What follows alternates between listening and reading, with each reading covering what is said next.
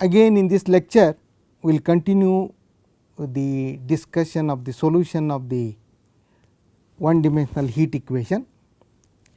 In the previous class we derived the Fourier Poisson formula. Let me recall that.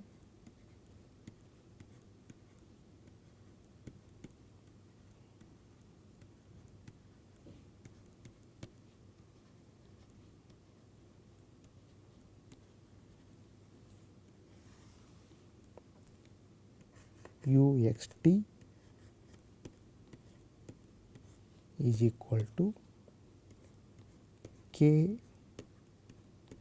dot t star g of x, where k is the fundamental solution of the heat operator and this is the convolution operator.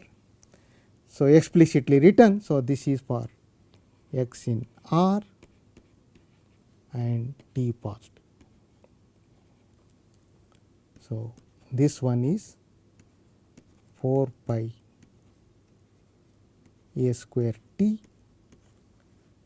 to the minus half integral minus infinity to infinity exponential minus x minus y square divided by 4 a square t g y dy. So, we showed in the previous lecture that U satisfy the one dimensional heat equation, namely U t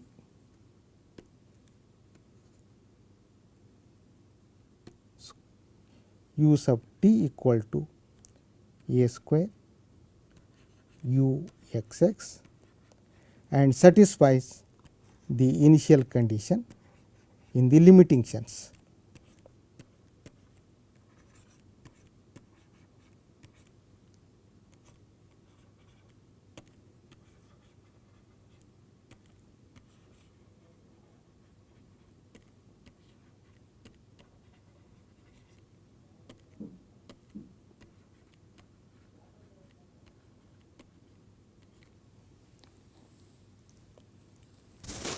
Okay, so, we also saw smoothing effect of this fundamental solution that makes. So, even though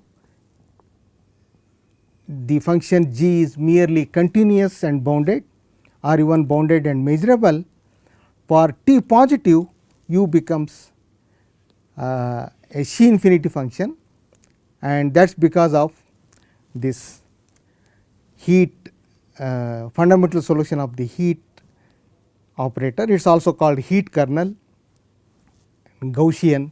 Okay. So, we use these terminologies repeatedly. So, one immediate consequence of this Fourier Poisson formula is that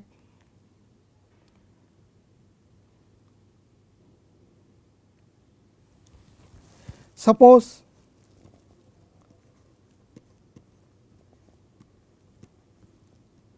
g is a bounded function and bounded by m for all x in R. So, if you look at the Poisson formula, that immediately implies u of x t is also less than or equal to m for all x in R and t bigger than or equal to 0. This is because the reason for this is, as we saw yesterday, this integral of k x minus y t dy is 1 for all x in R and t positive. So, if g is a and that is physically meaningful. So, if you for example, a thin rod, if we heat in a bounded fashion, the temperature that evolves in time also remains bounded. So, another interesting consequence. So, for quick reference, suppose we just heat the rod in a small interval, okay, that is the next one. So, locally what happens? So, that also we can see from the Poisson formula. Okay. Suppose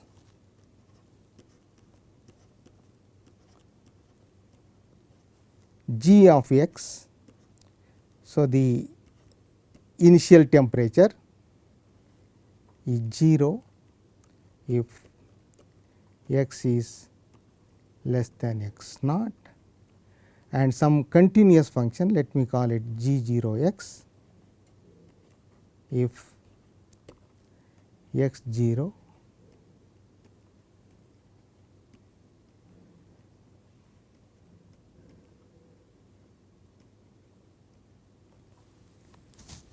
and again 0 if bigger than x naught plus delta x naught. Okay. So, here is the picture. So, we would just want to see how the temperature evolves in time. So, if we just heat the rod in a very small segment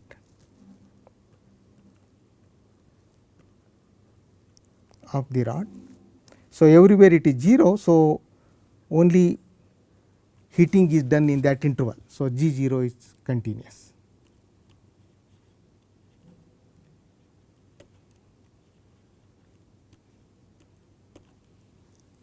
So, if you look at the Poisson Fourier Poisson formula, you see that the solution is given by u x t is 4 pi a square t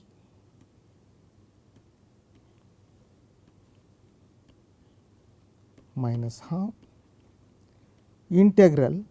Now, only non-zero values of g are there in this small interval.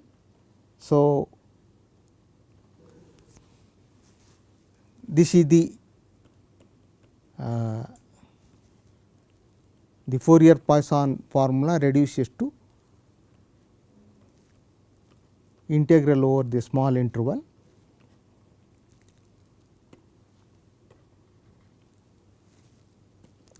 So, by mean value theorem of the integral, this can be written as g 0 j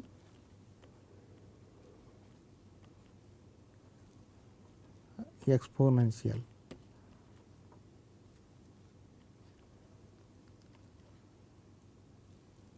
x minus j square by 4 a square t. So, t positive. So, if delta x 0 is very small, so even j you can take to be approximately equal to x 0 itself. So, we know, so this is what happens when you heat the rod in a very small interval. So, we need not even bother about the integral. So, approximately this will be the temperature for positive times. So, this is helpful in quickly reading the temperature. Okay. So, another aspect I would like to mention about heat equation is the time irreversibility.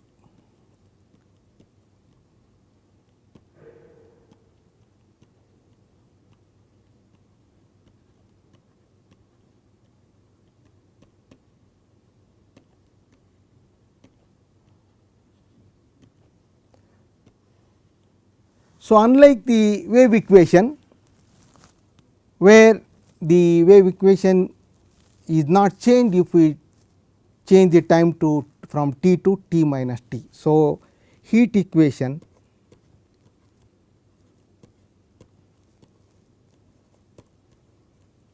is not preserved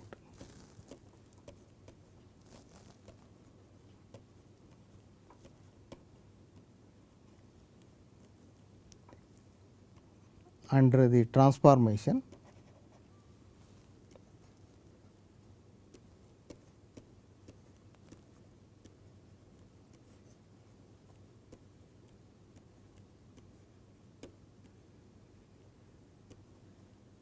t going to minus t. So, physically this means that suppose we are given temperature in a rod, thin rod, at the present time, we cannot predict what was its temperature some time back, okay. And that is even from our daily experience we can say that. Okay. So, this heat equation, so if we change this heat equation changes to, so del u by del t equal to a square del square u by del x square. Under this transformation, this goes to minus del u by del t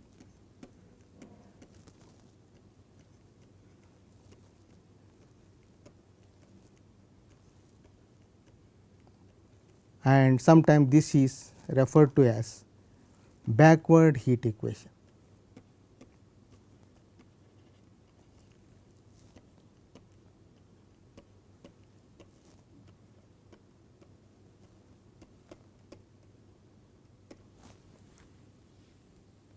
Okay, now we will move on to some non-uniqueness questions. So, I was telling in the beginning, so we are dealing with characteristic initial value problem. So, there could be non-uniqueness. If you look at the Poisson formula, it is very difficult to prove that is the unique solution, because even while deriving that Poisson Fourier Poisson formula, we made several assumptions, but the end formula was neat. So, we could prove that u given by the Fourier Poisson formula satisfy the heat equation with the prescribed initial condition. And again, producing non-uniqueness is not easy in this case. So, it is not just produce two solutions and say there is non-uniqueness. Okay. So, this in many instances even proving non-uniqueness requires lots of analysis, and this is one example where we need to do some work. Okay. So, this example, standard example, it has become standard example, is due to Tikhonov,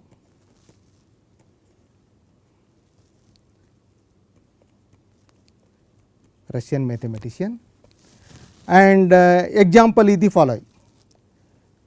So, so you define a function u x t. So, this is not given by the Poisson formula, remember. So, this now an infinite series, a power series, let me write n equal to 0 to infinity psi k psi n.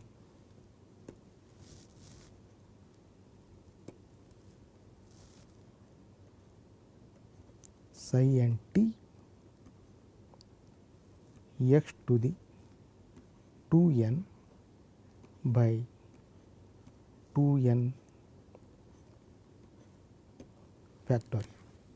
So, even to come up with this example, you can see so much work would have gone into that. Okay. So, this is okay. So, this x in R and t positive and 0 if t 0 and x is in R. Okay. So, what is psi n? Okay. Just so, psi n, first of all, definition that it is a derivative. Okay. Psi n t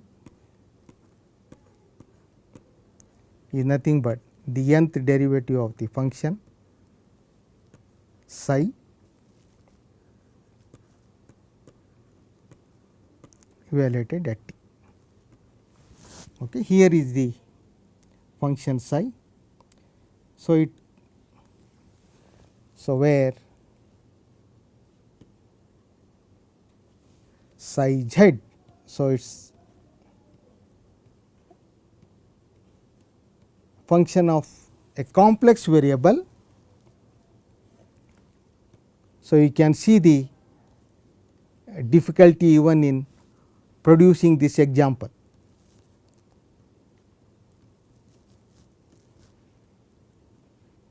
Z naught 0 and 0 if z is 0,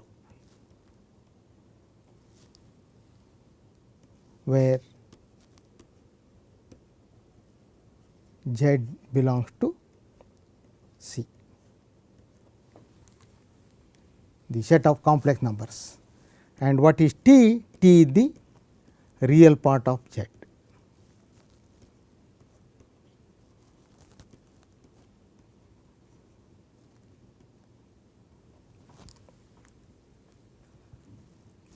So, if you look at the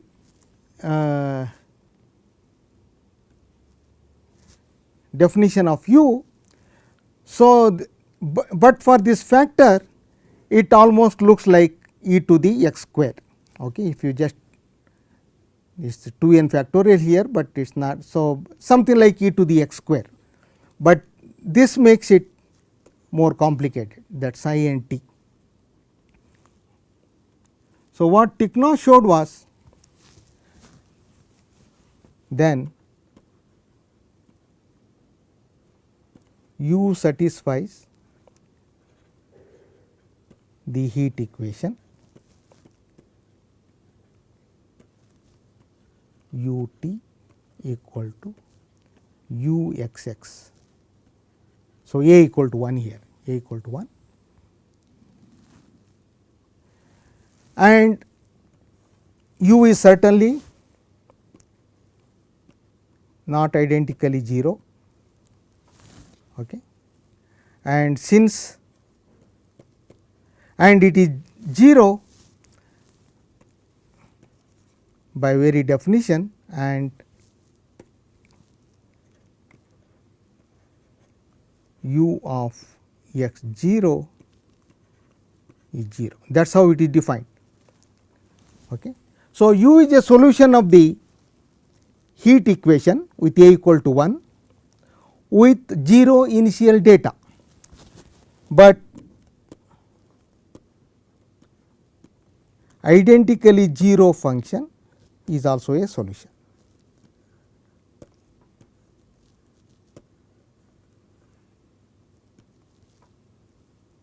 Zero function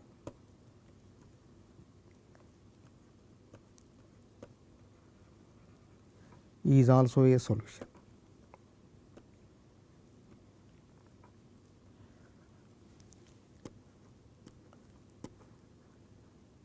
Thus, we see there is non-uniqueness in the problem. Okay. So, we have two solutions here, one is not identically 0 and another one is identically 0, both satisfying the same initial condition, namely 0. So, there is non-uniqueness.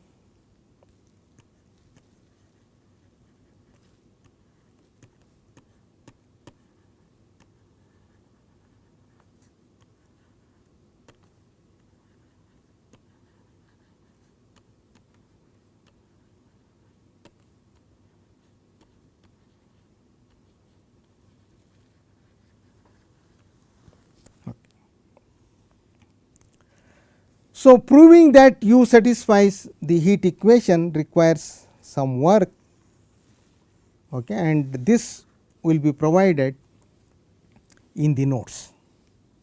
Okay. So, we have to essentially estimate psi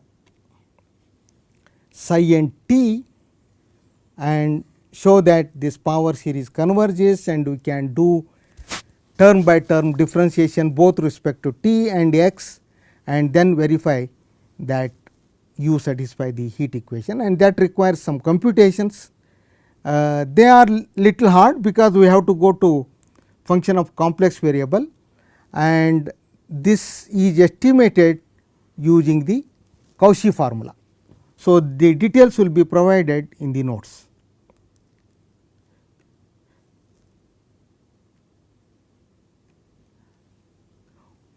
Not that there are no uniqueness results. So, this example certainly tells us to look for some conditions on the solution, so that we have uniqueness in the problem, and one such result I just mentioned here.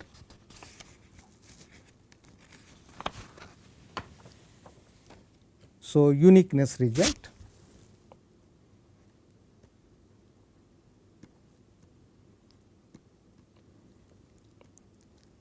As I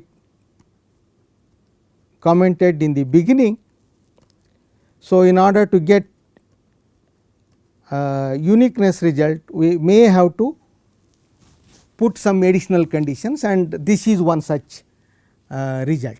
Okay. So, let me state it as a theorem.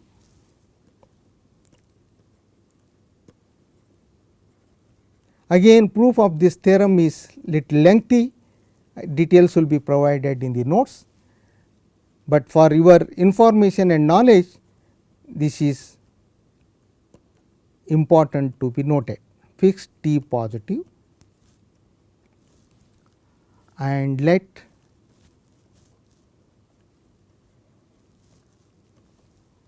U be a continuous function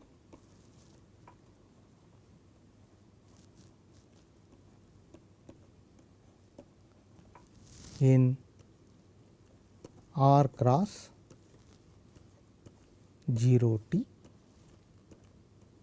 So, function of two variable x and t. So, let me stress it, U of x t, x is in R and t is where is in this interval, such that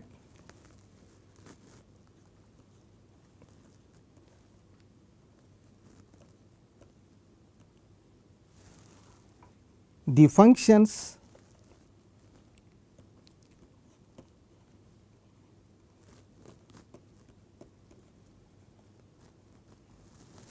U sub t. So, that is so it is differentiable with respect to t, the first derivative, and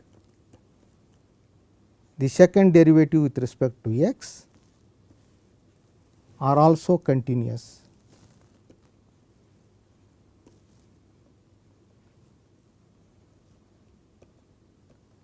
In the same thing. Okay.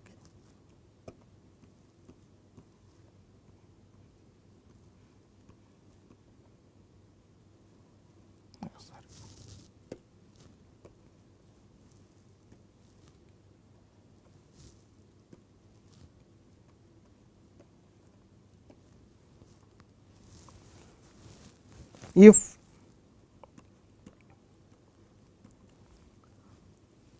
the following are satisfied,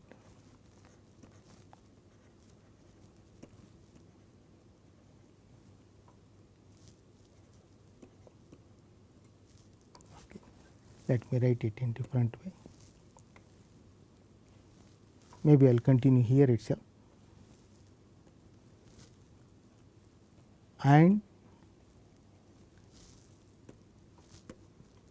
the following are satisfied.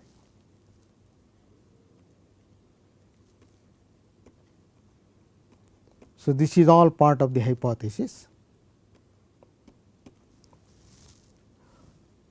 U t minus a square U x x is less than or equal to 0. So, let me not write again, it is valid in this domain r cross 0 t. U x 0 is g x, and here the additional condition comes. So, in particular we can take the heat equation. So, here with inequality also it is true. So, u x t is less than or equal to m times b x square for some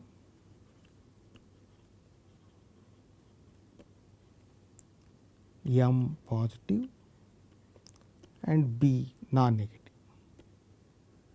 So, this is the additional condition we require on the function u. Then with all this hypothesis, then u x t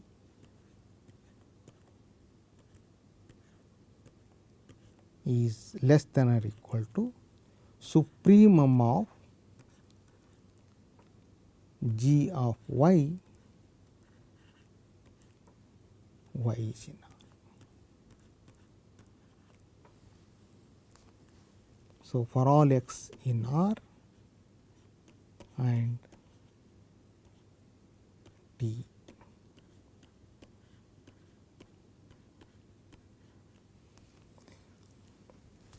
So, in the wake of Tikhonov's example, so if you cannot relax such a condition, that is the important thing.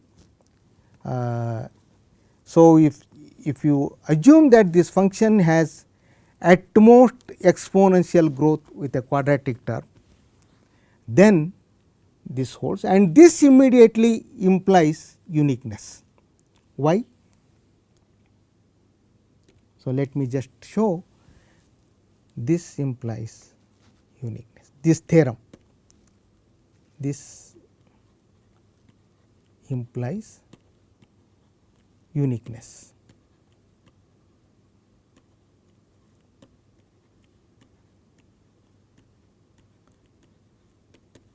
Suppose u1 u2 satisfy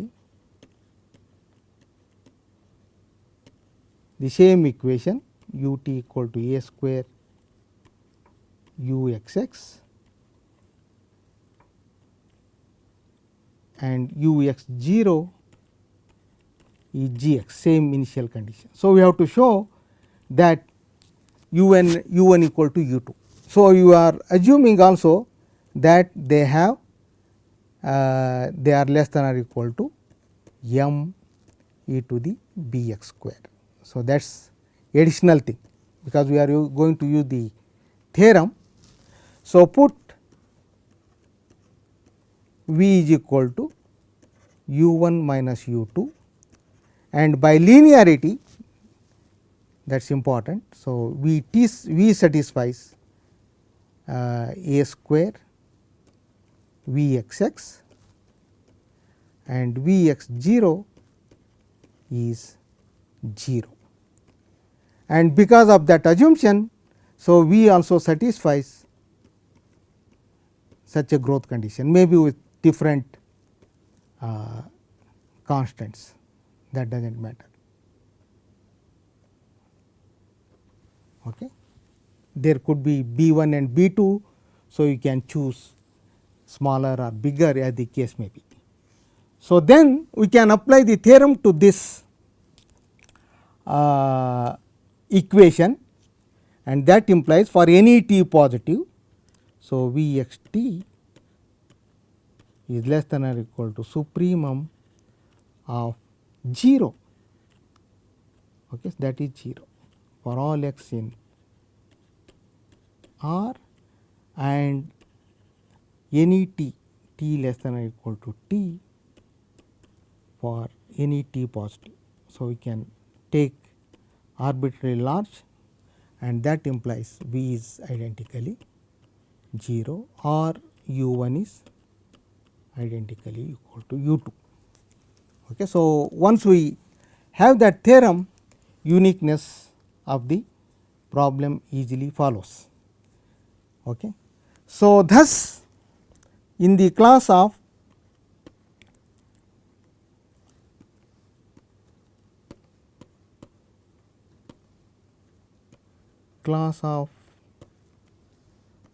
bounded initial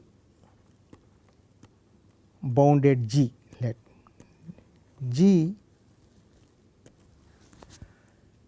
the function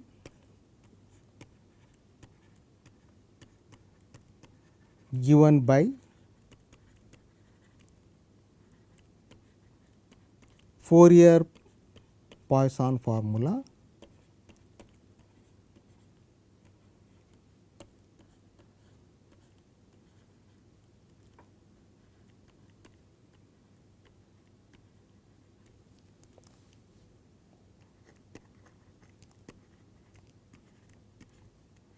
is the only unique solution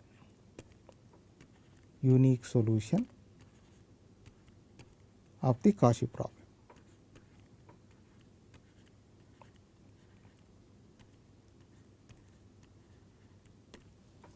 Okay. Though to begin with we did not know the function given by Fourier Poisson formula is the unique solution, we certainly knew that it satisfies the Cauchy problem, but uniqueness was not there. With the help of this theorem, now we also get uniqueness of that Fourier Poisson formula. So, there is also just let me mention one more result. So, there is a result due to Wieder. So, you can see this characteristic Cauchy problems pose so many problems. So, one has to work out for example, here regarding the uniqueness of the solution. This one says if the solution of the heat equation,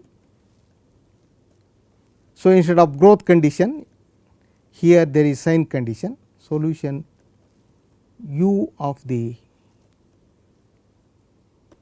heat equation, any solution heat equation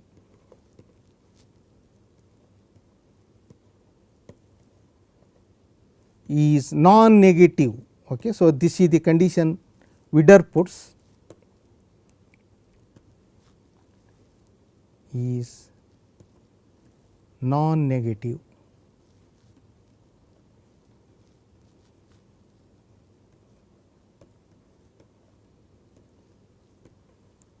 then uniqueness holds.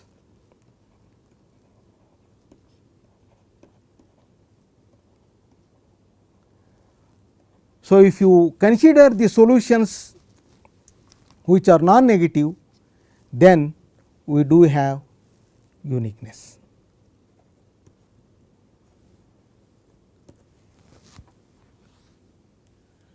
Okay, so much for this uniqueness and non-uniqueness, and in the next class we will be studying one simple case again where uniqueness holds, and that is somewhat easier to prove, that it just uses the ideas of the calculus. So, I will do that, I will do in the next class. So, the details of the Tikhonov example and the proof of the theorem, though it is hard, so they will be provided in the notes. So, you can go through them in leisurely. Thank you.